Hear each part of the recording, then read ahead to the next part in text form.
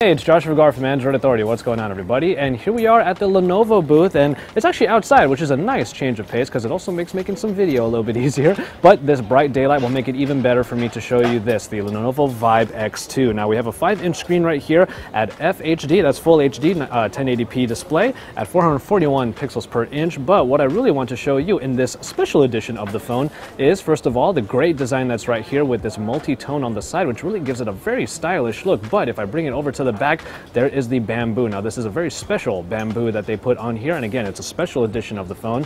Now, the bamboo on here can only be harvested in the spring in China, and that's when they get the various types of bamboo that will be put on these particular devices. Now, they're really excited to put out these bamboo versions of the phone, which is awesome. But all in all, I do think that all of the colors, and you see one of them in the background there is the red one, all of these colors do make a very nice device right here, especially with this multi-tone color that we have on the sides right here, and also of course on the bottom. As far as the display goes, we do have the 5-inch display right here at 1080p resolution, and it will show the UI very well on the Vibe X2 right here. Now, the operating system is largely about the same as it was in previous Vibes, but there have been some tweaks and further performance enhancements in here, as the processing package on here is now the MediaTek MT6595. Now, this is a true 8-core processor that they're really boasting on here is going to make a very great performance package.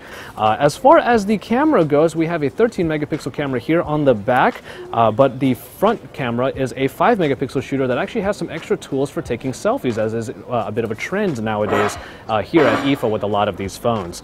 All right, so we're taking a look again at the screen. I did want to change the exposure up a little bit so you can get a better look at the actual screen itself. So here it is, again, a 5-inch 1080p display, but when we turn on the phone and get into the lock screen, this is the new lock screen that they have for us. You'll notice all of these bubbles that are around here. If you hit the time right here, what will happen is all of these bubbles will appear with the most recent or most used applications that you have been using. Now, it's a list that is it's generated by the phone itself, knowing your particular habits. Let me get back to it real quick. And the larger bubbles are going to be the apps that you use the most, and then the smaller bubbles are ones that you don't use quite as often. So you're able to just click one of the bubbles to unlock, and we got into the settings right here. And we're taking a look at the settings and also a little bit of the customization that you have here in the character section of the options. But yeah, that is one of the main changes when it comes to the operating system. Now, just kind of going around, we have the recent app screen right here. That looks very nice. And we have a menu right here that does have a theme available if you so choose to change up the look. But the last thing I'll show you is a feature inside of the camera, and that's of course when it comes to the selfie mode. And now obviously selfies are a big thing right now, and I'm already right here. You can see me on the camera already, but right over here we have the ability to turn on a bunch of different ways of activating the shutter. Now, there is the tap on the screen just to be ordered to do so, or you have a 3-second timer, which is really awesome and is pretty standard, but is really good to have when you're using when you're trying to take selfies. But also these two right here, which is blink and sign. Blink will allow you to trigger the shutter by slowly blinking into the camera, and the hand sign will actually let you do peace signs in order for you to trigger the shutter. But we do have the 3-second timer there, probably one that you'll use most often. But this is just the interface right here with even the beautify mode here on the bottom, which is pretty standard on these Chinese market phones, to be able to soften up all of the features inside of your photo, especially when it comes to your own face.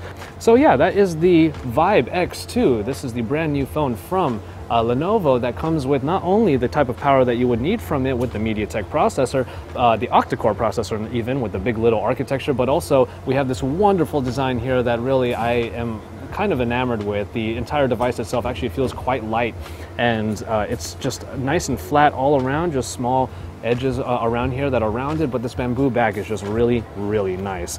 And not to mention this two-tone color that we, rather multi-tone color that we have right here that really stacks upon itself all of the different colors of the device and makes it look super attractive. So keep it tuned to Android Authority. We're going to have even more for you from the Lenovo booth, including their tablet and the Vibe Z2.